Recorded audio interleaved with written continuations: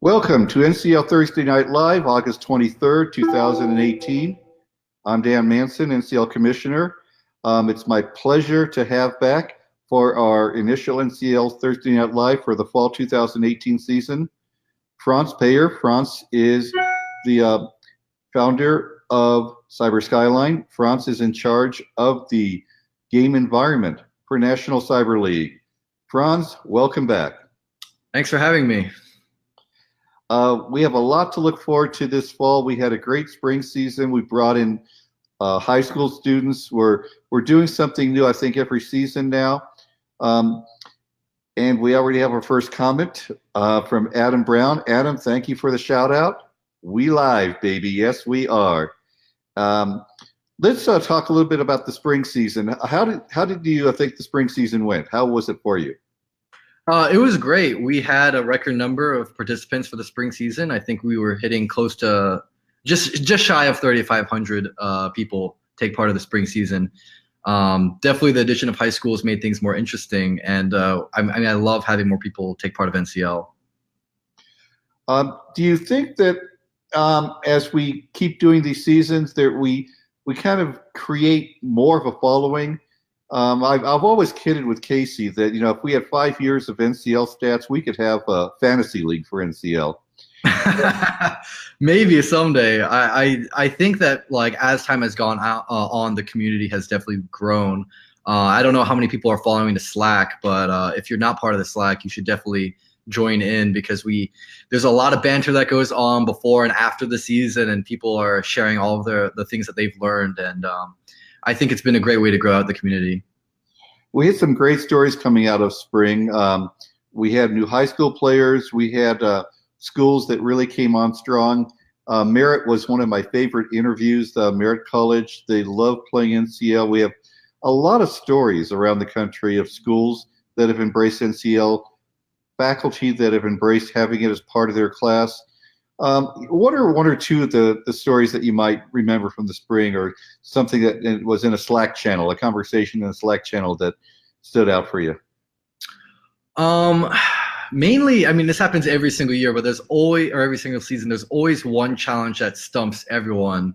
Was it last season where we had, I think it was like Crypto 8 that we put in there. It was like a really complicated cryptography challenge that we had. I don't want to spoil away too much. Veterans from last season can talk about it more if you want to join on the Slack. But we combined a bunch of different things like frequency analysis and with hexadecimal encoding, along with the ASCII codes. So there was this like really complicated crypto challenge. We put it in the regular season. Not a single person got it. Everyone was freaking out. And then I think we ended up getting like a handful, like 5 different teams who figured it out during the postseason.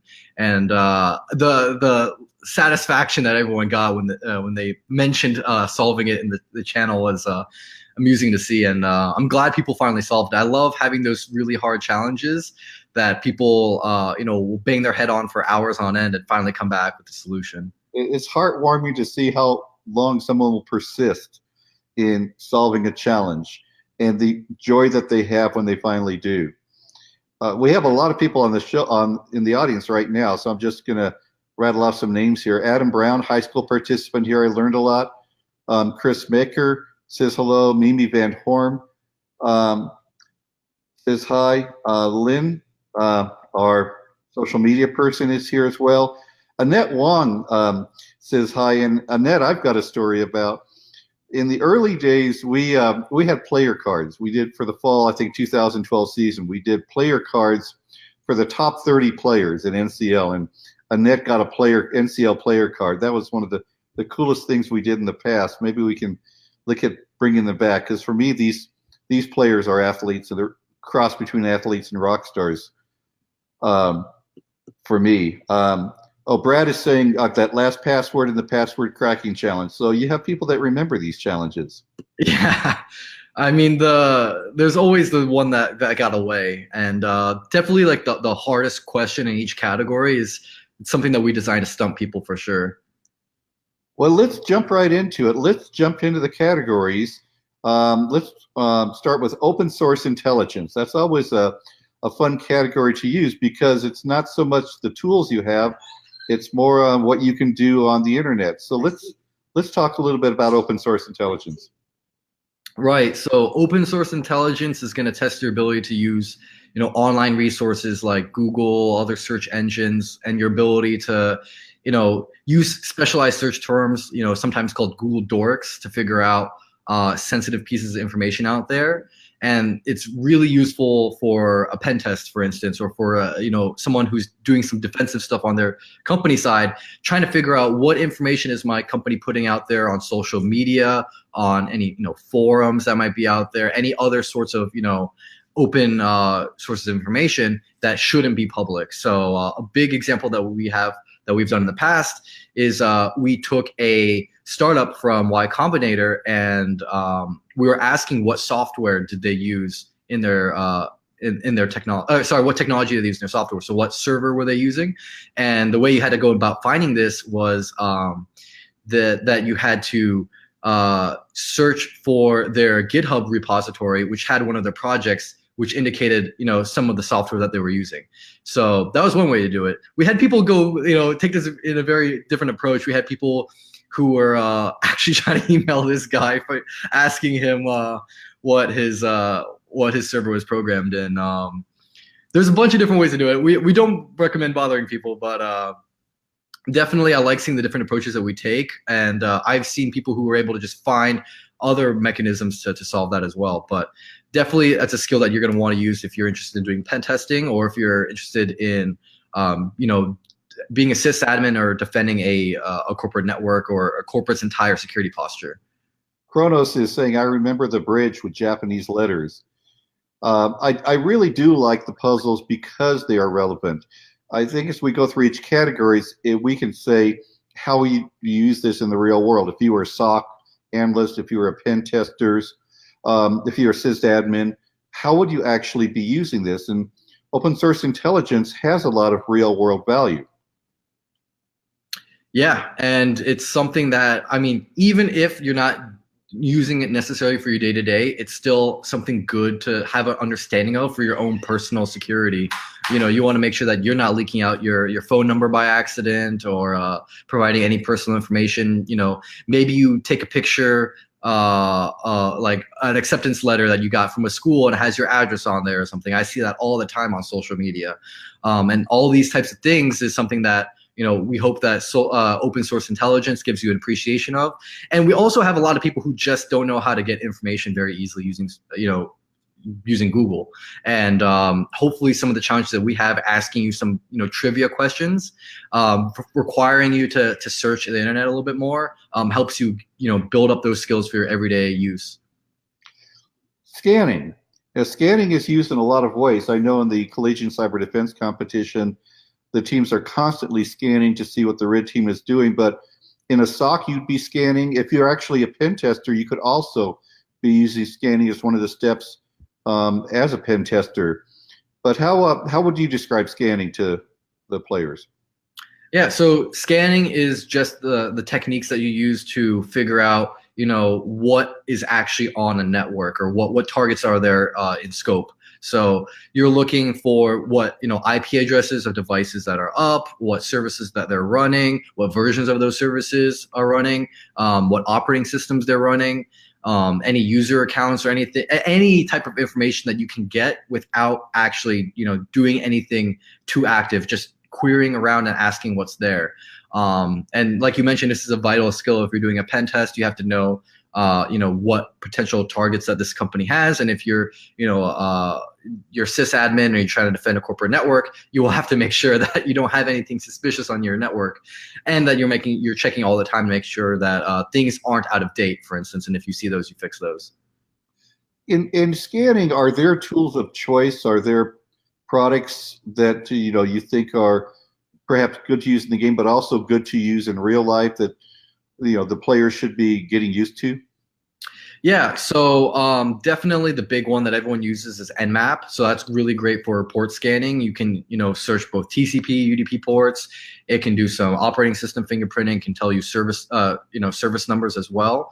On top of that, we use Dirbuster to make a lot of our hidden directory challenges, or to verify them. So that's something that this is a big hint for anyone who's trying to do NCL. If you want to come back and look at the tools for this, that's the one that people miss a lot, is Dirbuster for some of our hidden file challenges.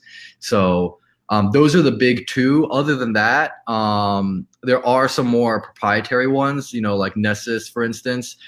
We don't require the use of any paid or proprietary services for or software for our challenges. So everything that you can do, I'd say for scanning Nmap, Dirbuster, you could use Netcat in some instances if we have some sort of custom service up and running. And otherwise, there might be something a little bit more specialized, and you might have to use some of those open source intelligence skills to figure out what tool is the best to use in this situation. So I'll just give away that the two most important tools are going to be Nmap and Dirbuster. And Brad adds to that, basic footprinting is also great for finding devices that are not on the network map or unauthorized. And while we're at it, we have shout outs from Alden, Justin, Dwayne, and Nathan. Our audience is growing. Let's go to the next category, enumeration and exploitation. Yeah, so that is a very important skill to have if you want to do something really low level and technical. So definitely something you want to do if you're interested in reverse engineering malware, if you're interested in doing secure code audits. And that involves you having to analyze software. So whether you're looking at source code directly, you're looking at compiled programs, trying to figure out exactly how it works and what ways it could be abused. And definitely, if you're trying to help out a bank secure their online resources and stuff like that, you want to make sure that you can understand how it works and how it can be abused. And if you're reverse engineering malware, definitely understanding exactly what it's doing on your computer. And we have David Durkee in the audience. Hi, David. And David has a one-word answer for us: ZenMap. Yeah, so ZenMap, I think he's referring back to the scanning. ZenMap is a graphical interface for Nmap. So if you're not, as comfortable with using the command line and using Nmap, I'm pretty sure it comes pre-installed on Kali. ZenMap is a nicer and easier tool to use. If you're still not familiar with it, I would definitely recommend, becoming more and more familiar and not relying on ZenMap, but getting to the point where you can rely on your command line skills, because that will be useful for a lot of the harder challenges that we have. And Terry, Ivan, Aisha, Brad, Jasmine, Dal, Stuart, I think we're going to set a record tonight. Omar, you're a great draw, Franz. We got a question about from Stuart. Can we use any tool we get for free? The answer is yes. If you can get it for free, even the free trial of Nessus, that's fine. We will tell you specifically if you're allowed to run basically like brute force tools like scanners. So on all the scanning challenges, you're allowed to run those tools perfectly fine. On some of the web application challenges, we'll rate limit you, so you won't be able to just spam a brute force tool at us. But yeah, you're not allowed to use a lot of brute force tools on web app exploitation. So we'll let you know in the challenge whether or not you're allowed to use a brute force tool or not. A lot of automated tools won't help you if we're telling you that you can't use it. So that's a pretty good hint to not waste your time on that. But yeah, anything that's free and available to anyone for anyone to use, that's fair game, assuming it falls in line with our requirements on what you can and can't use for the specific challenge. For someone who says, I'd like to use the tool, but I don't know how to get good at it, how to get used to it, what's your recommendation? Is it trying it out in the gym, spending time in preseason, or are there other ways that they could get used to using a tool? Yeah, there are. For one, there's like hundreds of tutorials that you can find on YouTube. Definitely, I would recommend going through a tutorial, and there's a bunch of open, like scenarios that you can use. So I think there's a DVWA, which is yeah, I want to make sure that's the correct abbreviation. We have yeah, that is. So we have like DVWA, which is great for web app exploitation, but that should get you familiar with a lot of tools that you might find on Kali. And I would recommend going through, some tutorials on how to use that. Definitely seeing like a tutorial and going side by side as a starting point is a great way of doing it. Once you've done that, I think some of the challenges that we have in the gym will help you out. This year in the gym, we are adding in scanning and web exploitation. Those have been requested before. We haven't had them. We're going to put those in for this season, so you can try those out during the preseason and in the gymnasium. Sorry. And Matt just posted, do the gyms. Yeah. Dell also mentions Wireshark. We're going to get into, I think, Wireshark with some of the other categories. Let's see, traffic analysis. All right, so getting to Wireshark right here. So Wireshark is going to be your best friend for the vast majority of these challenges. And so you're going to want to be able to get comfortable with it. And I'll cover log analysis and network traffic analysis a little bit at the same time here. So with network traffic analysis, you're looking at communication going between computers on a network. With log analysis, you're looking at files that services and programs running on a device are going to output. We might give you multiple different files from different services or different computers in log analysis, but the big differentiator here is log analysis is just going to be, some sort of like text or database file, whereas network traffic analysis is specifically a packet capture, looking at raw data going across the network. So for network traffic, and both are things that you're going to be using if you're a SOC analyst, an alert goes off, you have to investigate, you have to look at these files and understand what's going on. Or if you're doing incident response, a compromise occurred, this is basically the evidence that you have to go off of, and you got to figure out who came into the network and how they do it, what do they steal. And you're gonna have to have a very good understanding of Wireshark with network traffic analysis, understanding the different protocols. So common ones that we use are ICMP, the ping protocol, FTP, HTTP, Telnet is a big one as well. Sometimes we'll throw in like email, like POP3 or IMAP. There's a bunch of, study the common protocols. There's a bunch of good content in the gym, and if you want to try that out, and just have a good grasp of those. And for some of the harder ones, you're going to have to have a more fundamental understanding of, network traffic. So being able to understand and read byte code from a spec, so we can say, hey, these couple bytes are the version, and the next couple bytes is this data, and you have to understand how to convert the raw binary into like a number or a string or whatever it may be. You'll have to have some of those skills for some of our harder challenges. I'll jump into log analysis. So that's stuff that you might see. You might get SSH logs, FTP logs. We put virus scan logs in there before, email logs, a whole bunch of stuff. We've put, we've done multiple like access logs across different devices and asked people to figure out, how the hacker went about through the network, stuff like that. Very, very, involved. If you're interested at all in incident response, these are definitely the two topics that you want to hone in on. We have several questions. Brad wants to know good sites to practice Wireshark skills.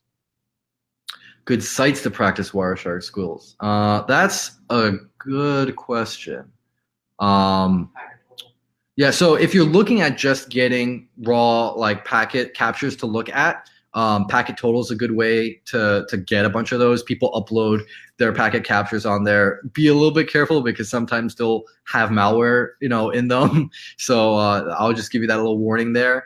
I know that Pico CTF, if you go to some of their previous years, they have a couple of packet captures that you can look at. The problem with packet total is that you don't have any questions to go with it. You want to look at other past CTFs. There are a bunch of archives out there that you can search for on GitHub.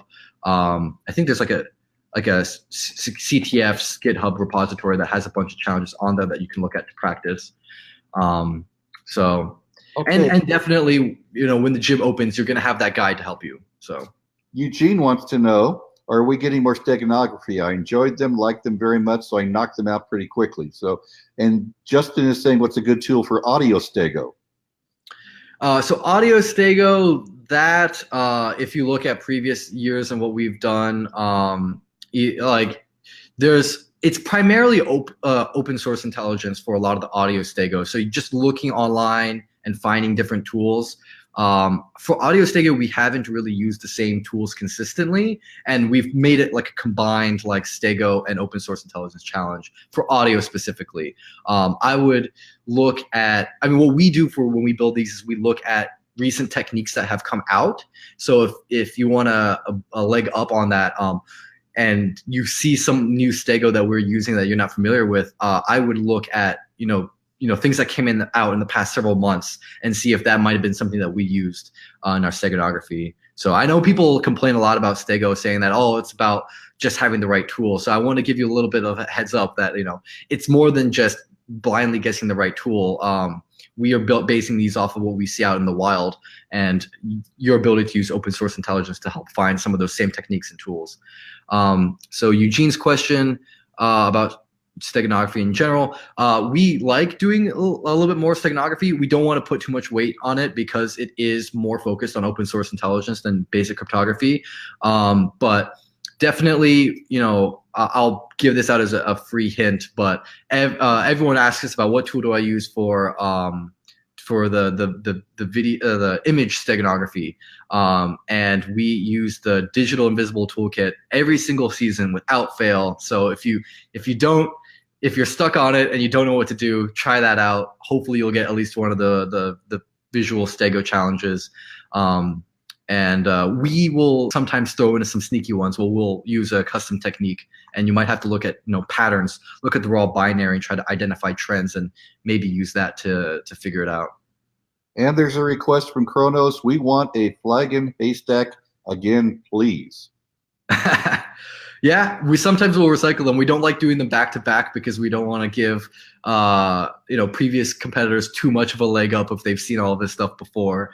So once in a while we'll cycle through challenges from a couple of years ago, and you might see those again. So definitely keep a lookout for some of our older stuff once in a while.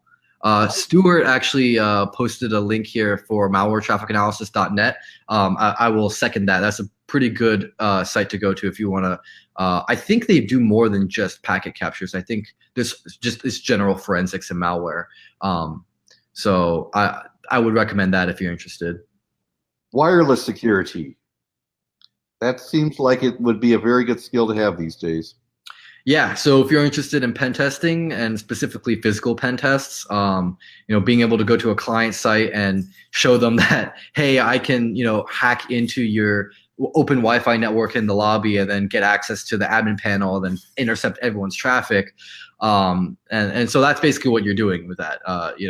We're going to give you a packet capture. The packet capture will have, open wireless networks, encrypted wireless networks, and you'll have to use tools like AirCrack to brute force the password and get in and decrypt traffic, and we'll ask you what's going on in the network. Sometimes people will put in passwords, and after you've decrypted the traffic on the network, you can see those passwords in plain text. So definitely a nice skill to have if you're interested in pen testing. And the favorite of Crypto Cake, cryptography. Right. So cryptography is both a general skill and a specialized skill. If you want to get into building software, you definitely want to make sure that you're building it using secure protocols. So whether you're sending data across a network, you're trying to save data securely on your server or securely on a client device, having an understanding of what cryptography schemes are strong, what's weak, how can they be broken. You want to have that general understanding. And if you're more interested in being like a cryptologist, working for the NSA or some intelligence agencies, deciphering and breaking new cryptography protocols, that's something that you will want to get involved with a lot more. So I think it's something that everyone can enjoy. Crypto is puzzles, and so anyone who likes to solve puzzles, who feels puzzles are challenging, should enjoy cryptography. But there's a lot to cryptography. For someone who just is getting started, isn't it a bit overwhelming? Is there a place to start? Do you start with simple ciphers, or how would you recommend getting started understanding crypto? So there's a bunch of things. Number systems, number schemes are definitely like a fundamental. So understanding how the ASCII table works, understanding how to convert between different number bases. A lot of things are encoded using different number bases. So hexadecimal, octal, base 64, those are all things that you want to be interested in looking into. Rumkin.com is RUMKIN.com is a place that has a bunch of different cryptography ciphers. There are some tools on there that will help you, encipher and decipher and trying those out. It's definitely a great way to go. I think in the gymnasium we actually have a couple of things that we say we use Rumkin, and we recommend Rumkin to try these out in crypto. So yeah, I would recommend understanding how different number systems work using Rumkin, and always a one that stumps people every single year without fail when we throw this in there is understanding, like RSA, for instance. How does that scheme work, and can you actually encrypt or decrypt data by hand, given the variables in RSA. So and actually one last thing I didn't cover was just encoding. So not necessarily cryptography, like encryption with a key, but sometimes people have poor cryptography and they just encode something. So understanding different types of encoding will be useful in cryptography as well. Very cool. And web application security. Right. This is one that we see people either get really frustrated with or have a lot of fun with. It's definitely one of the harder topics. You're going to, try to break into a website. So whether that's like a SQL injection or, an insecure authentication mechanism with tokens, or whether it's client-side authentication, there's a bunch of different vulnerabilities that you can learn about and have to use in web application exploitation. And this is something that you're going to want to know if you want to do pen tests and secure code audits. So I used the example of a bank before. Same thing here. You want to make sure if your bank has online banking that there's people who can, let you know if there's SQL injection that, can cause someone to withdraw all the money out of someone else's bank account, for instance. So definitely a lot of cool skills there. And, the topics I mentioned, like the SQL injection and the client-side authentication, definitely two topics that always come back every single season and that you might want to look into. And you'll see that in the gymnasium this season. It's amazing. SQL injection's been around for so long and we still see it. It's the problem that is always with us, isn't it? Yeah, it's not going away. And I mean, a big problem is that you still have old servers that are 2 decades old still running the same stuff, and they're still vulnerable. And as long as people don't understand how to code properly, you're still going to keep getting new ones. I think it's been less common recently with new software, but I don't think it'll fully go away until people understand that this is a common thing, and they have to use more secure frameworks and just not try to do things by themselves. We have a coder dojo now in Las Vegas, and I get to go to events sometimes where they're trying to have coding more embedded into the school system, just like computer science embedding in. But when I have the conversation with the faculty and those that are just on the coding side, I try to get them to appreciate it's not enough for kids to learn coding. You have to have them appreciate secure code. That if all we do is crank out more developers that don't understand what security development is about, we're just reinforcing the problem. I think playing NCL helps you appreciate that even if you can create software, you better make sure that the software has security built into it. Right. Martin has a question. What resources can you recommend for learning to reverse engineer binaries? Sorry if this has been asked. Yeah, so that's always a tough one that stumps a lot of people. You will definitely, so I'll go over a couple of them. So the easier ones are typically we're giving you source code and we're giving like a compiled binary. So becoming familiar with programs to decompile things. So there's uncompile for Python. There's some sort of Java decompile that you can find online. So being able to take like Java or Python binary and getting it back in source code. Definitely look up those things ahead of time and become familiar with them. Specifically for like, C binaries or, machine code, I would recommend from like a very technical side, the big popular one that everyone says is Smashing the Stack for Fun and Profit by Alpha One. That's a big, white paper that everyone should read if they're interested in it. And there's also Pico CTF. I know there's a ton of reverse engineering challenges on Pico CTF, and there's a lot of people who do the write-ups for Pico CTF. So I would definitely recommend going through those and seeing if those help you out. Let's see. We have Quentin saying, came in late. Will NCL help me to certify as a pen tester? That's probably an ongoing question. How do the skills that I develop in NCL help me toward a certification or point me in the direction of getting a job? I do know I'm seeing more employers that look for relevant competition experience, and the more that employers understand what NCL does, they want to see that type of experience, which is measurable and really relates to what they're looking for. But how would you say NCL helps put someone down the road of being a pen tester? So, first of all, we've aligned all of these topics based off of the CompTIA Security Plus certification. So going through our content should help you get a lot of hands-on experience with those topics. The one thing I'd say that is really useful that you get in NCL that will help you get these certifications is that the certification just tests your knowledge. And what we do at NCL requires you to actually apply that knowledge and apply your skills and solve the real world problems. So I think actually NCL is a step above what you might see in your certification. So you're practicing a lot of skills that you're going to need to be knowledgeable about when you take those certification examinations. So I'm of the opinion that if you know how to apply the tools and solve the problems, you can probably answer just questions about them rather than actually having to do it when it comes to a certification.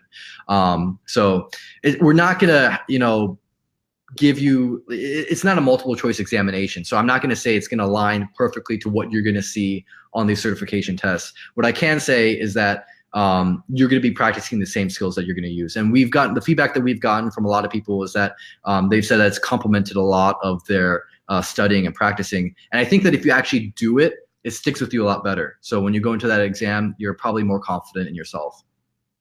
Great. Pico CTF, I just checked their site.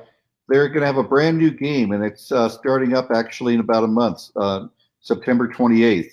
So the site for Pico CTF is a simple one. It's picoctf.com, picoctf.com. And the game for Pico this fall is September 28th to October 12th, which actually ties in nicely with playing NCL. Yeah, you can practice your skills in between the weekends. Now, you might get a little bit intimidated because Pico is designed for middle school and high school students, and to lose to middle school students may not be the biggest ego boost, but it's a great game. It's a fun game. So I would say that if you want more practice, it's definitely a way to get it. Anybody can play NCL, but the prizes are only good for middle school and high school.